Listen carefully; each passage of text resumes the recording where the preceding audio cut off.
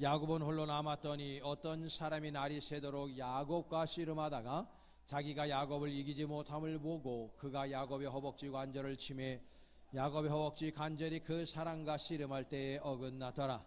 그가 이르되 날이 세려하니 나로 가게 하라. 야곱이 이르되 당신이 내게 축복하지 아니하면 가게 하지 아니하겠나이다. 그 사람이 그에게 이르되 내 이름이 무엇이냐. 그가 이르되 야곱이니이다. 그가 이르되 내 아들 이름을 다시는 야곱이라 부를 것이 아니요 이스라엘이라 부를 것이니 이는 내가 하나님과 미 사람들과 겨루어 이겼음이니라. 야곱이 청하여 이르되 당신의 이름을 알려주소서. 그 사람이 이르되 어찌하여 내 이름을 묻느냐 하고 거기서 야곱에게 축복한지라. 그러므로 야곱이 그곳 이름을 브니엘이라 하였으니 그가 이르기를 내가 하나님과 대면하여 보았으나 내 생명이 보존되었다 함이더라. 그가 브니엘을 지날 때에 해가 돋았고 그의 허벅다리로 말미암아 절었더라. 그 사람이 야곱의 허벅지 관절에 있는 둔부의 힘줄을 쳤으므로 이스라엘 사람들이 지금까지 허벅지 관절에 있는 둔부의 힘줄을 먹지 아니하더라. 아멘. 이것은 내 성경입니다. 성경은 내가 누구인지 무엇을 가졌는지 무엇을 알 수 있는지를 알려줍니다. 오늘 하나님의 말씀을 배웁니다. 이 시간 다음 대에 선포합니다. 내 마음은 깨어있고 내 심장은 열려 있습니다. 나는 변화될 것입니다. 나는 변화될 것입니다. 나는 변화될 것입니다. 예수님의 이름으로 기도합니다. 아멘. 자리에 앉으시기 바랍니다. 네, 여러분 가슴에 두 손을 얹고 저 따라서 합니다. 하나님 복 받을 사람 여기 왔습니다. 오늘도 은혜 베풀어 주옵소서. 오늘도 치유하여 주옵소서. 성령으로 충만케 하여 주옵소서. 예수님의 이름으로 기도했습니다. 할렐루야. 네, 주변 분들 서로 인사합니다. 오늘 성도님 뵈니까 예수님 만나는 것처럼 기쁩니다. 우리 한 번 더 인사합니다. 우리 교회 왔으니까 은혜 받고 갑시다. 할렐루야. 오늘 이 본문을 가지고 하나님의 암호라고 하는 제목으로 잠깐 은혜 나누겠습니다. 우리나라와 참 가깝고도 먼 나라가 있습니다. 일본이라고 하는 나라죠. 이 일본은 유명한 게 장인 정신이 유명합니다. 장인 정신. 그래서 어떤 집은요 라면 가게인데 막 3대, 4대, 5대 그렇게 라면 가게를 합니다. 그래서 막 인정을 받죠. 막 문전성시를 이루는 집들도 있습니다. 제가 오늘 텔레비를 보니까요, 오뎅 가게를 하는데 이 오뎅 가게의 이 오뎅 국물이 500년 동안 오뎅 국물을 끓였는데 그 국물을 끓이는 불을 500년 동안 한 번도 안 꺼뜨려대. 그래서 나온 말이 오뎅기 데스까가 나왔다는 거죠. 근데요, 대단하지 않습니까? 이 장인 정신. 근데 대한민국은 장인 정신이 별로 없어요. 일본 사람들에 비해. 뭐 할아버지, 아버지, 아들 때 뭐 이어가지고 하는 게 별로 없어요. 그러니까 대한민국 사람들은 작품을 바꿔 이렇게. 그러니까 저는 우리 가정이 지금 4대째 목회를 이렇게 이어가는 가정이니까 우리는 장인 정신이 있는 가문이라고 말할 수도 있어요. 그렇죠? 근데 대한민국은 장인 정신이 좀 떨어져요. 미국에 비해, 일본에 비해서. 뭐가 있느냐? 개척 정신이 강해요. 대한민국 사람들. 이게 빨리빨리 문화가 있어가지고 그러니까 한국 사람들은 요거 했다가 망하면 저거 하고 또 저거 하다가 돈 벌면 얼른 또 위에 뭐 이렇게 프리미엄 받아갖고 팔아먹고 또 딴 거 하고. 그러니까 대한민국처럼 브랜치가 많은 것도 없어요. 막 점포를 이거 내고 저거 내고 막 그래요. 조금만 잘 되면은 막 그렇게 합니다. 그리고 막 한국 사람들은 장인 정신보다도 개척 정신이 뛰어난 민족이라고. 역사학적으로도 우리나라가 그게 증명이 되는 게 예전에 우리나라가 일제치하 때 말이죠. 그때 사람들이 연해주나 만주 쪽으로 그 피난을 갔어요. 넘어가는데 몇 명 정도 갔냐면 17만 명 정도가 넘어갔어요. 그때 당시에 소련을 다스리고 있는 사람이 스탈린인데, 스탈린이 그 사람을 고려인들이라 그랬거든. 까레스키아, 지금도 그 고려인 유명하죠.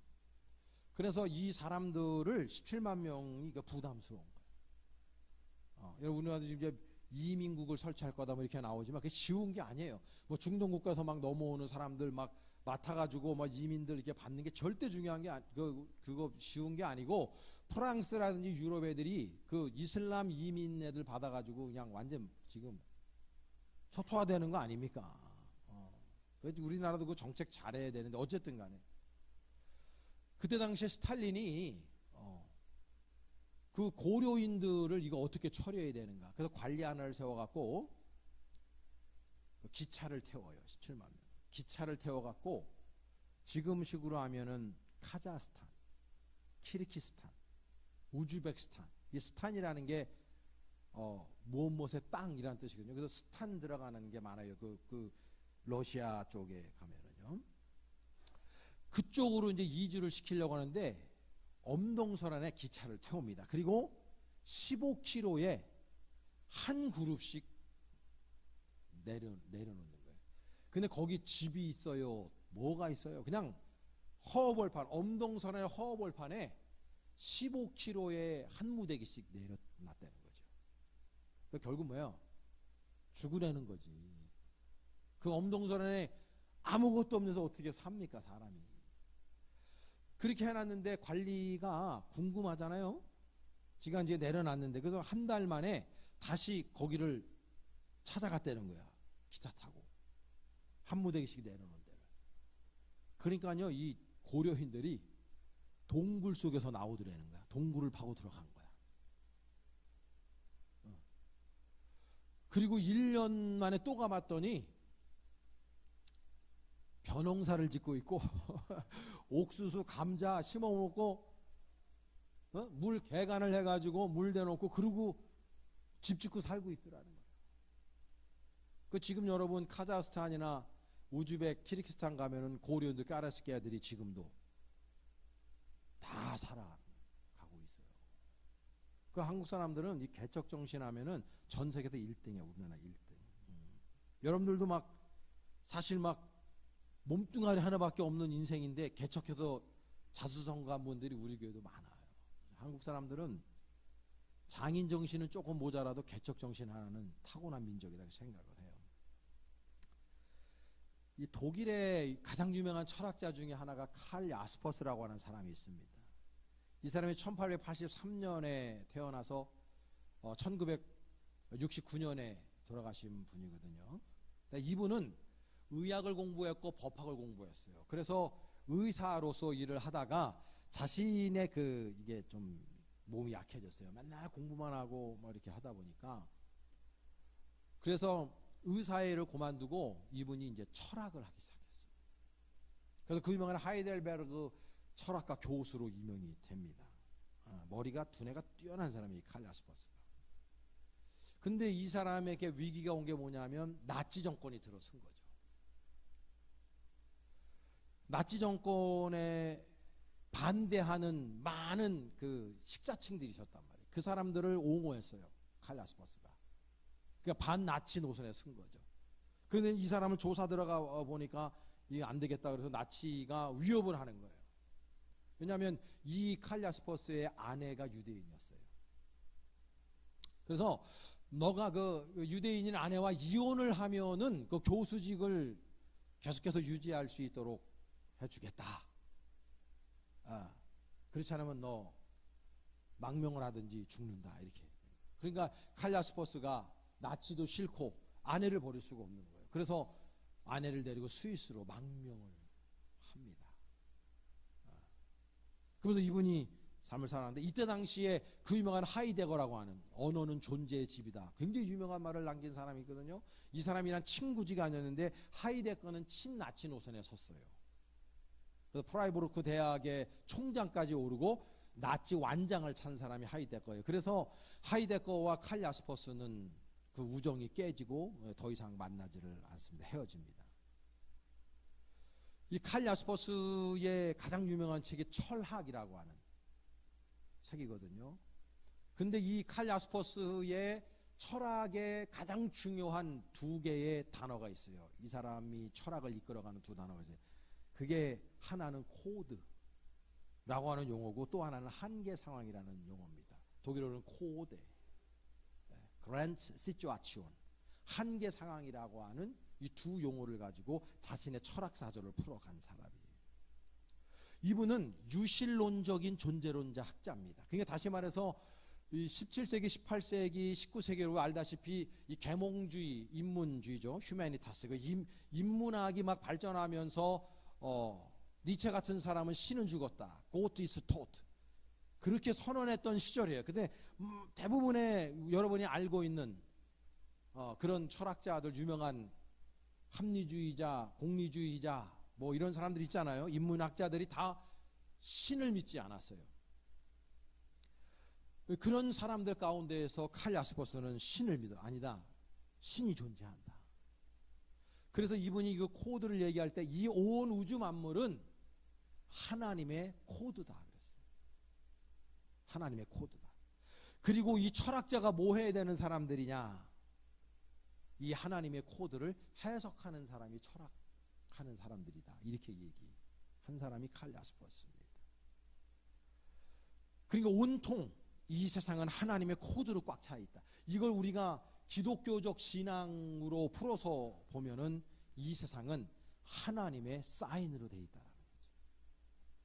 하나님이 이 세상을 창조하셨고 이 세상의 모든 만물 안에 하나님을 계시하셨다. 우리 신학적 용어로 그렇게 표현하는 거예요. 이거를 간파한 사도 바울은 우리가 로마서 1장 19절에 20절에 이렇게 말했어요. 여러분 저거 한번 칼 야스퍼스의 코드라고 하는 개념, 이 세상은 하나님의 코드다. 이 개념과 저 사도 바울의 저 말씀이 일맥상통해요. 여러분 그 말씀을 기억하면서 이 말씀을 읽어볼게요. 시작. 이는 하나님을 알만한 것이 그들 속에 보임이라.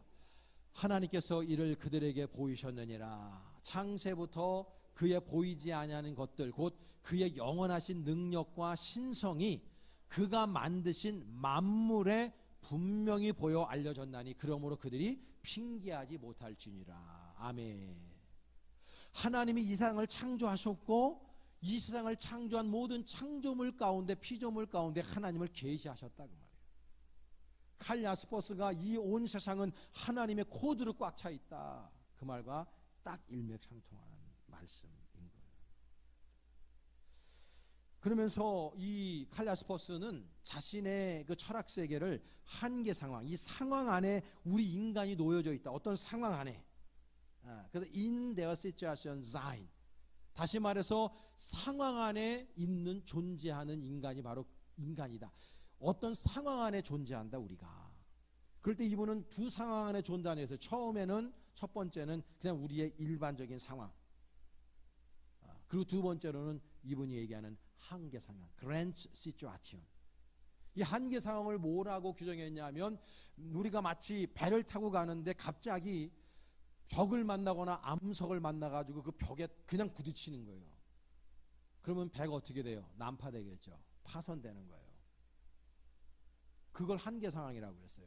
우리가 가다가 낭떠러지에서 떨어지는 거, 내가 할 수 있는 게 아무것도 없어요. 내가 정할 수도 없고 내가 할 수 있고 내가 해결할 수 있는 게 아무것도 없는 상황, 그걸 바로 이분은 그랜츠 시츄아치온, 한계 상황이라고 이야기를 했단 말이에요.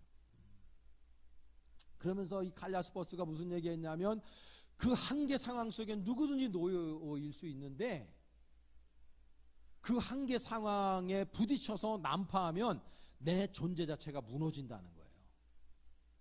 그러나 그 한계 상황 속에서 그것을 이 신의 하나님의 코드로 인식을 하고 그 코드를 풀면, 그 암호를 풀면 그 인생이 하나의 그 한계 상황 속에서 그 한계 상황을 디딤돌 삼아서 더 나은 존재로, 더 한 단계 성숙하고 발전한 존재로 그렇게 성장하고 성숙하게 된다라는 거.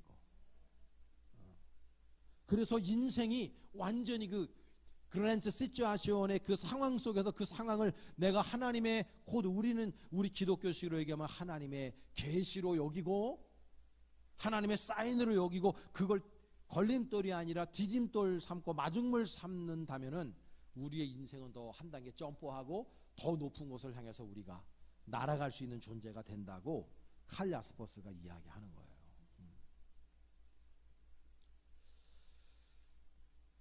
성경에 보면요, 수많은 인물들이 나오지 않습니까? 그런데 제가 지금 모두의 개척 정신에서 말씀드렸고 한계 상황에 대해서 말씀드렸고 암호에 대해서 말씀을 드렸어요. 근데 성경에서 보면 가장 개척 정신을 가지고 산 사람 누구일까 보면 야곱이에요. 야곱. 그래서 오늘 야곱 이야기를 들고 나온 거예요. 제가. 여러분 알다시피 야곱은 쌍둥이에요. 그 동생이고 그의 형은 에서예요. 에서. 근데 제가 아는 상식으로는요, 내가 일부 예배 때 그랬더니 교인들이 내 눈을 똑바로 쳐다보면서 내가 아는 상식은 뭐냐면 먼저 나온 애가 나중 생긴 애고 나중 나온 애가 먼저 생긴 애거든. 여러분들 저를 이렇게 똑바로 쳐다보잖아요. 긍정 안 하고. 내가 아는 상식은 그래요. 먼저 나온 애가 원래 늦게 생긴 애야. 그 원래 형이 늦게 나온 애가 원래 형이라는 거지. 의학적으로는. 근데 야곱이 나올 때 엄마 뱃속에서 나올 때 형 뒤꿈칠 에서 뒤꿈칠 잡고 나왔거든. 에서는 불따는 뜻이에요. 레드 불따. 그래서 에서에서 에돔 족속이 나온 거거든요. 그리고 야곱은 발뒤꿈치를 잡은 자.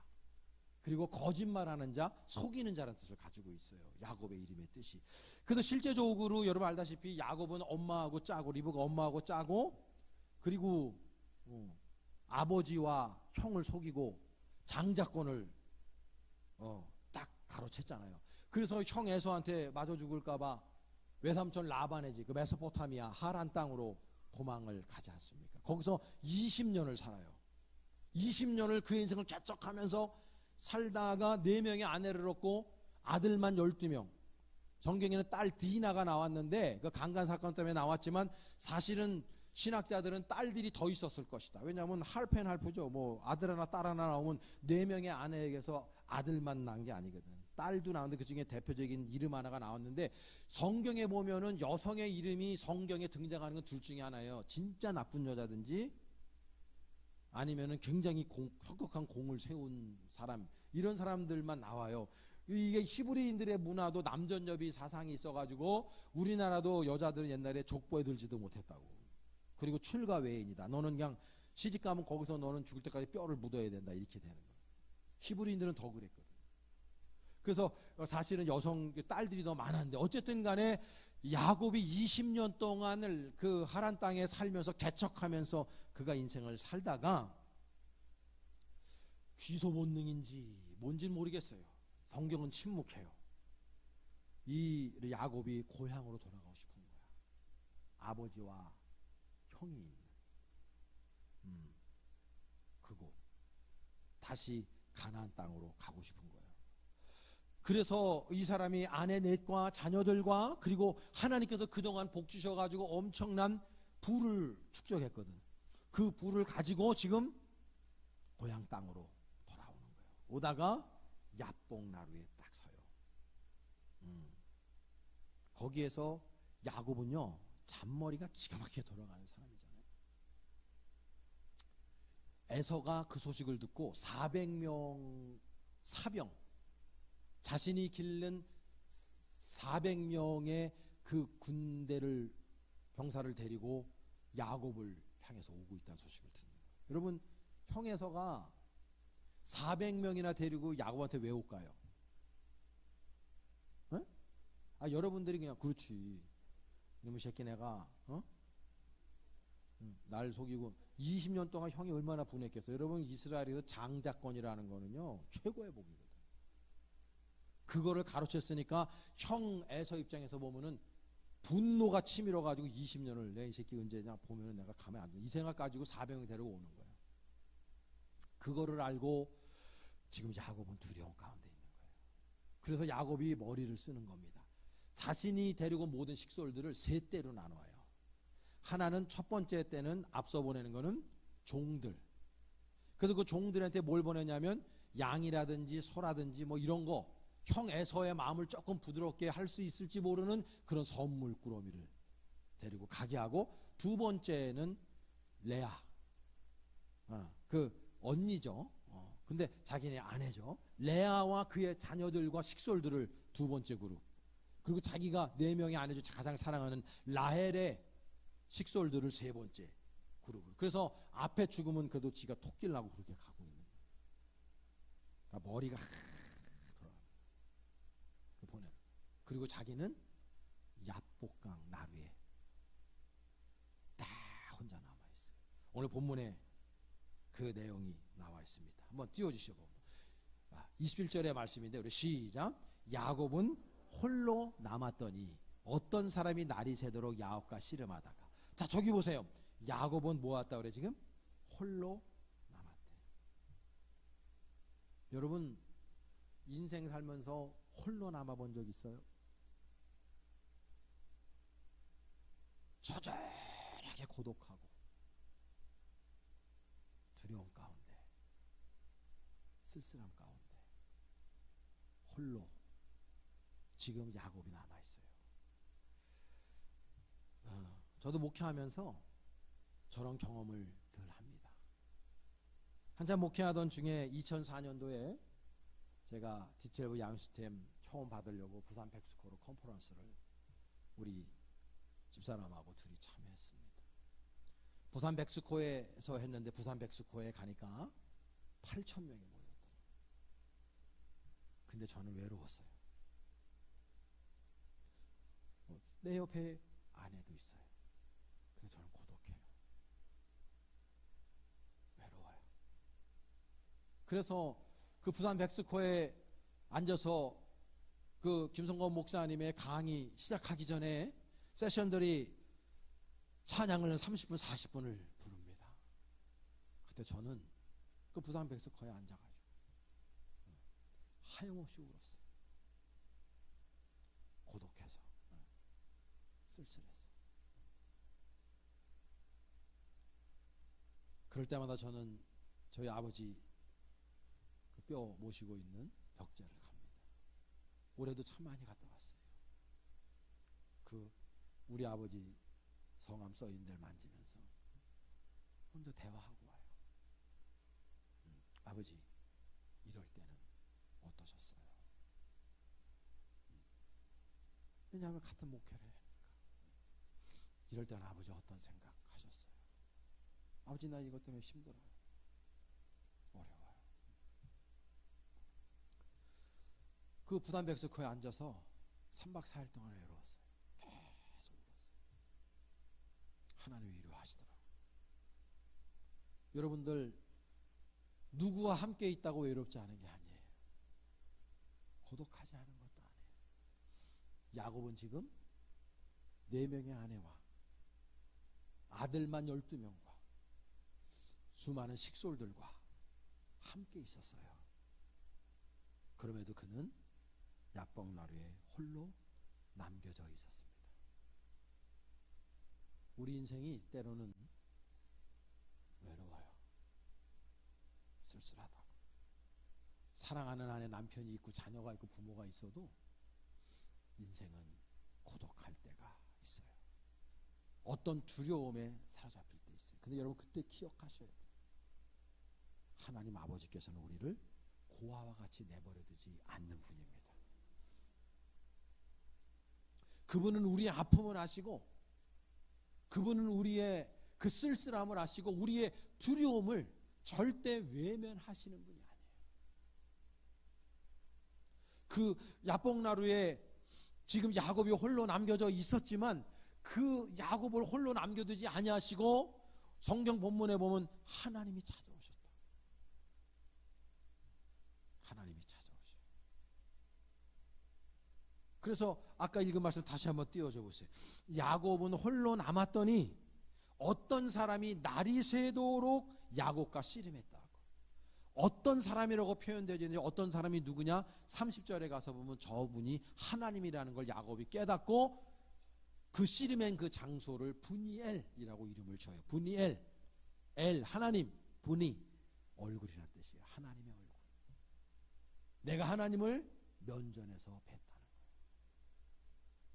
하나님이 그 외롭고 고독하고 쓸쓸하고 아파하고 있는, 두려움에 쌓여있는 야곱을 홀로 남겨두지 아니하시고 하나님이 야곱을 찾아오신 거예요.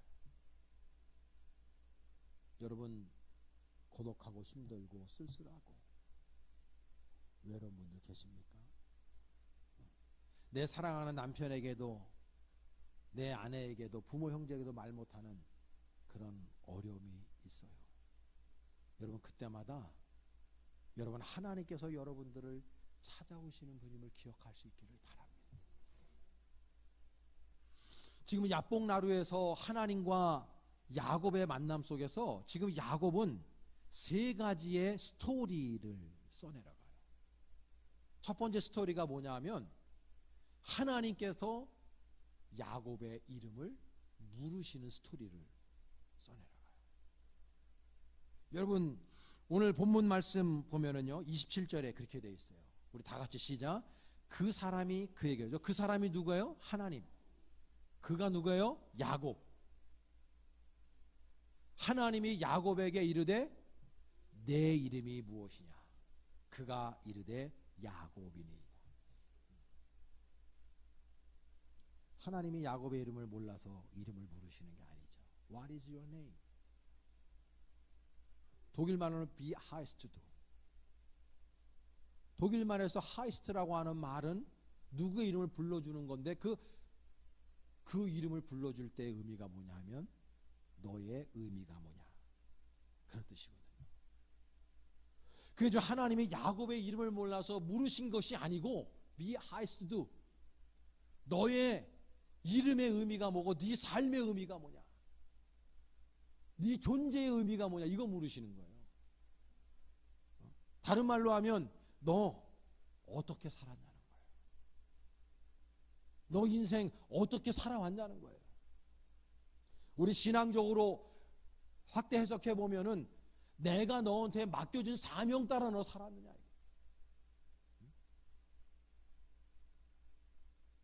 네가 그리스도인답게 나의 자녀다운 삶을 네가 살아냈느냐 이거예요. 내 명령과 규례와 법도를 쫓아서 내가 너에게 말씀한 그 말씀대로 네가 살았느냐, 지금 야곱에게 그거 묻고 계신 거예요. 그러니까 야곱이 하나님의 그 질문 앞에 뭐라고 대답합니까? 나는 야곱입니다. 이렇게 대답합니다. 이게 처절한 믿음의 고백이에요. 회개의 고백인 거예요. 그렇습니다. 하나님, 나 야곱으로 살았습니다. 야곱의 뜻이 뭔데? 거짓말하는 자, 남 뒤꿈치 잡은 자, 남 등쳐먹고 사는 자, 그런 뜻이거든요. 나 그렇게 살았습니다. 처절하게 하나님 아버지 앞에서 자기 자신을 가리지 않고 자기의 존재를 그대로 드러내면서 나 거짓말하며 살았습니다. 하나님 뜻대로 살지 않았습니다. 하나님이 원하시는 삶을 살지 않았습니다. 나 중심의 삶을 살았습니다. 그 뜻이에요. 이렇게 하나님 아버지 앞에 자신의 죄를 낱낱이 고하면서 고백하는 그 야곱을 하나님은 용서하셔요. 그리고 두 번째 스토리를 하나님이 써내려 갑니다. 야곱의 이름을 이스라엘로 바꾸시는 스토리를 써내려가요. 오늘 보면 28절의 말씀인데 우리 다 같이 한번 합독합니다. 시작. 그가 이르되 내 이름을 다시는 야곱이라 부를 것이 아니요 이스라엘이라 부를 것이니 이는 네가 하나님과 미 사람들과 겨루어 이겼음이니라. 할렐루야. 이스라엘, 하나님과 더불어 싸워 이겼다. 하나님을 어떻게 이겨 인간이? 하나님이 져준 거죠. 그 야복나루에서 하나님께서 밤이 맞도록 야곱과 씨름해요. 삿바 싸움을 하는 거예요. 이 말은 뭐냐면 그 야복나루가 마치 아브라함이 아모리 모리아 산에서 하나님께 예배를 드린 것처럼 지금 이 야곱은 야복 나루에서 하나님께 처절한 예배를 드리고 있는 거예요. 밤새도록 예배를 드리는 거예요. 하나님께서 나에게 복 주시지 아니하시면 내가 이 삿발을 놓을 수가 없습니다 라면서 하나님 아버지 앞에 간절하게 회개하면서 자신의 존재를 완전히 내려놓고 하나님만 바라보고 주님 축복해 주셔야 된다라고 하는 그 일념을 가지고 믿음을 가지고 하나님께 예배하고 있는 거예요. 그 예배 가운데 하나님이 그 예배를 받으시고 네 이름이 뭐냐고 물으신 후에 난 야곱입니다. 그 고백 앞에 하나님이 또 무너져. 하나님이 사랑하는 거예요. 야곱. 그리고 이제 너의 이름을 다시는 야곱이라 부르지 말고 이스라엘, 나와 다투어서 싸워서 이겼다라고 바꿔라. 여러분 무슨 의미입니까? 그동안에 나 중심적으로 살았지만 이제 나는 하나님 중심으로 살겠습니다.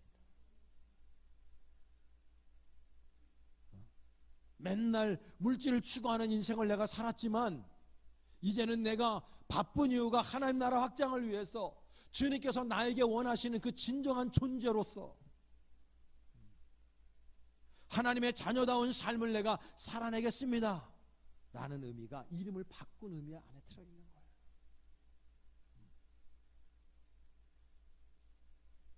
예배하는 인생으로 바뀌는 거예요. 삶의 가치관이 완전히 세상적인 세속적인 가치관에서 하나님 중심 신앙적인 그리고 저 하늘나라의 가치관으로 바뀌었다는 의미예요. 여러분 우리도 이름이 바뀐 사람 아니에요? 그리스도인으로 바뀌었어요. 그리스도인이란 뜻이 뭡니까 여러분?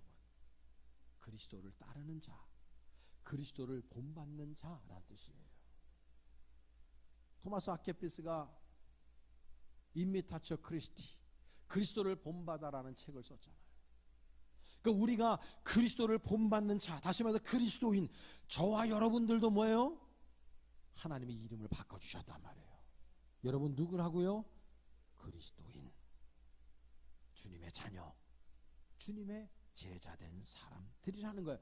그렇기 때문에 우리가 어떻게 살아야 되느냐, 우리도 이름이 바뀐 사람들로서 예수님을 따르는 사람, 예수님의 4대 사역 가르치고 전파하고 치유하고 기도하는 그 사역을 주님께서 하셨다면 우리가 그 사역을 감당하며 사는 사람으로 사는 거, 그게 바로 하나님께서 우리들의 이름을 바꿔주신 이유가 아니고 무엇이겠습니까? 그런 삶을 우리가 살아가야 된다는 거죠. 지금 야곱은 그의 삶이 완전히 바뀌는 거예요. 그래서 그는 또 다른 스토리를 써내려 갑니다. 다리를 절게 되었어요. 하나님 아버지께서 그 환도표를 후려쳤어요. 다리를 절게 되었어요. 이 사람은 이제는 장애를 갖게 되었어요. 오늘 보면 32절의 말씀입니다. 우리 다 같이 시작. 그 사람이 야곱의 허벅지 관절에 있는 둔부의 힘줄을 쳤으므로 이스라엘 사람들 지금까지 허벅지 관절에 있는 둔부의 힘줄을 먹지 아니하더라. 할렐루야. 그러니까 이제 장애인으로 살기 시작한 거예요. 여러분 몸은 불편해졌어요. 근데 야곱의 영과 야곱의 마음은 한없이 깊어진 거예요. 그동안에 육신적인 삶을 이 땅에서 잘 먹고 잘 살아보려고 노력하다 보면 무한 경쟁의 시대로 그냥 그 안으로 들어가 버려요. 그래서 고독한 거예요. 그 외로운 거예요. 힘든 거예요. 살아보려고 발버둥 쳤으나 내 마음 안에 진정한 기쁨과 소망이 없었어요. 근데 여러분 하나님을 인격적으로 만나고 둔부를 얻어맞아서 절뚝발이가 됐다 할지라도 야곱의 마음과 영은요 한없이 기쁨으로 넘쳐나기 시작하는 거예요. 그래서 오늘 읽지 않지만 성경에 보면요 이제는 빛이 비치기 시작해요. 다시 말해서 새벽이 오는 거예요. 그러니까 이 야곱은 밤이 새도록 하나님과 씨름하며 독대하며 예배하고 처절하게 회개하면서 하나님을 예배하고 하나님과 인격적인 교제를 나눈 거예요. 밤새도록 영적 전투를 하는 거예요. 그래서 이제 새벽 미명이 밝아오는 거예요. 그의 마음이 기쁨으로 가득 차기 시작한 거예요. 세상이 줄 수 없는 기쁨으로. 더 나가서 이 다리를 절었다는 게 뭐예요? 이제는 의지하는 게 달라진 거예요. 우리가 인생을 살아가다 보면 물질 의지해요. 또 다른 사람을 의지해요. 내 노하우, 내 지식을 의지해요. 그거 눈에 보이지도 않는 양심, 내지는 그 자존심, 그런 걸 의지한다. 세상적 가치관, 이데올로기, 이런 거 의지하고 있다. 다 세상적이에요. 근데 여러분 뭐요? 야곱은 이제 이스라엘을 바뀌고 난 다음에 환도뼈 얻어맞고 다리를 절면서 이제는 의지하는 대상이 달라진 거예요. 여러분 인생 뭐 의지하고 삽니까? 그리스도인들도 물질 의지하고 자신의 지식과 지혜, 노하우를 의지하고 경험을 의지하고 살아갑니다. 그런데 여러분 오늘 본문은 우리에게 말해줘요. 그런 것들을 의지하는 게 아니고 하나님을 의지해야 된다고 말씀하는 거예요. 지금 야곱은 하나님의 코드를 받았어요. 코드를 알아냈어요. 한계 상황을 만났는데 그 한계 상황을 뛰어넘었어요. 왜?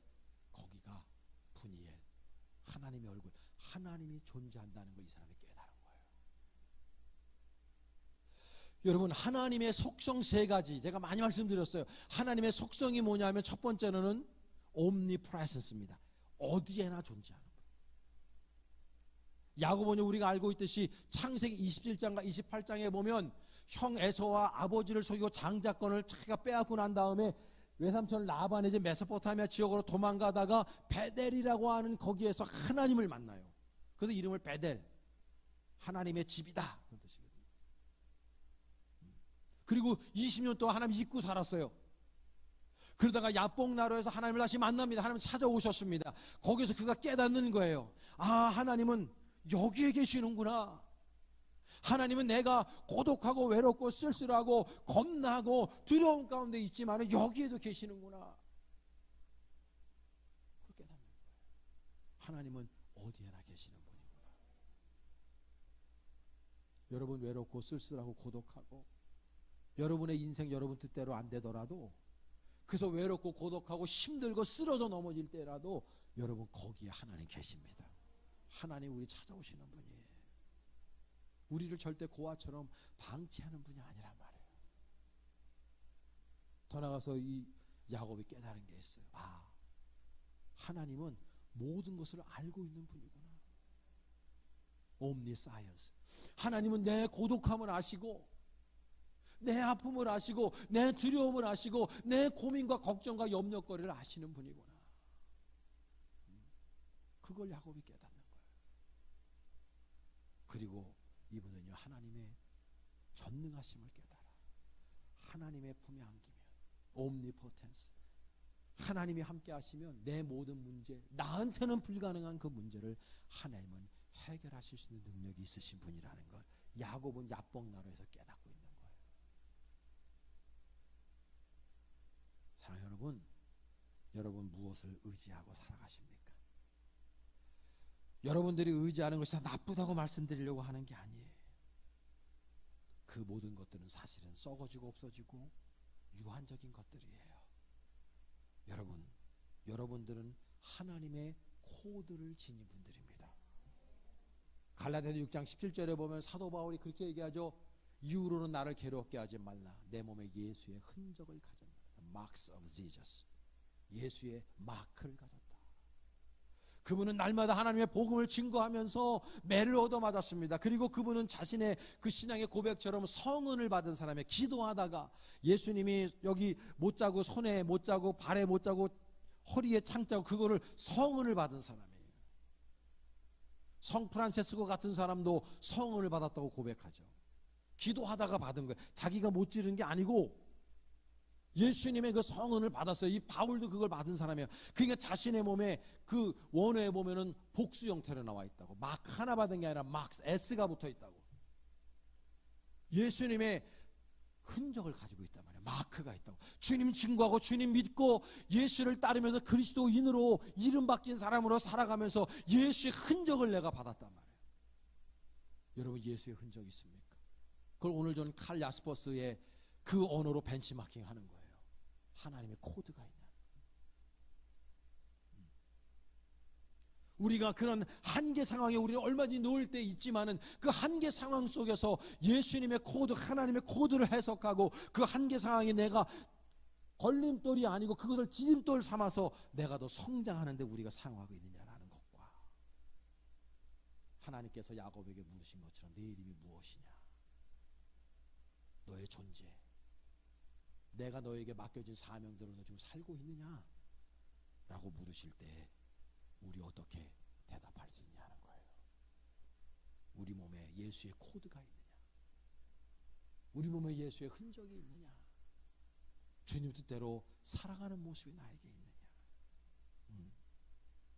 우리는 언제나 한계 상황 속에 있어요. 우리는 상황, 때로는 홍해바다와 같이 나를 가로막는 골리앗 장수와 같이 내가 어떻게 해볼 수 없는 그런 한계 상황 속에 우리가 놓여요. 그래서 내가 두려워요. 내가 불안해요. 우리의 미래도 그렇고 우리의 자녀들 바라보며 그렇고 내 인생 자체, 내 사업, 내 모든 직장, 내 인생 자체가 때로는 두렵고 어려울 때 있어요. 혼란스러울 때 많아요.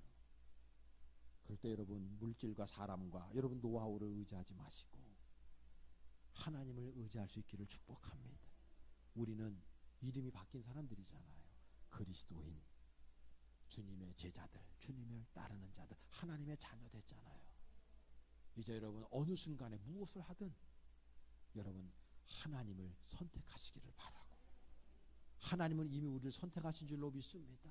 야복강에서 야곱 외롭고 고독하고 두려움 가운데 있었던 그 야곱에게 나타나서 다가오셔서 그를 위로하시고 그의 모든 문제를 해결하신 그 하나님께서 우리의 모든 문제도 해결하실 줄로 믿어요. 에서 형과 상봉하는 장면 이후에 나와요. 서로 형제들이 목을 끌어안고 울었다고 했어요. 여러분, 그 하나님 아버지께서 야복강에서 밤이 새도록 야곱이 예배하고 기도하고 회개하고 있는 그 순간에 하나님 아버지께서는 또 거기 에서와 함께 하신 거예요. 그 순간에. 그리고 그의 마음을 녹게 하신 거예요. 미움과 그 분노를 녹게 하신 거예요. 그리고 동생을 용서할 수 있는 마음을 허락하신 거예요. 그래서 에서가 만났을 때에 목을 끌어안고 울게 된 거예요. 하나님의 역사입니다. 그래서 에서도 그의 몸에 하나님의 코드를 받게 되는 거예요.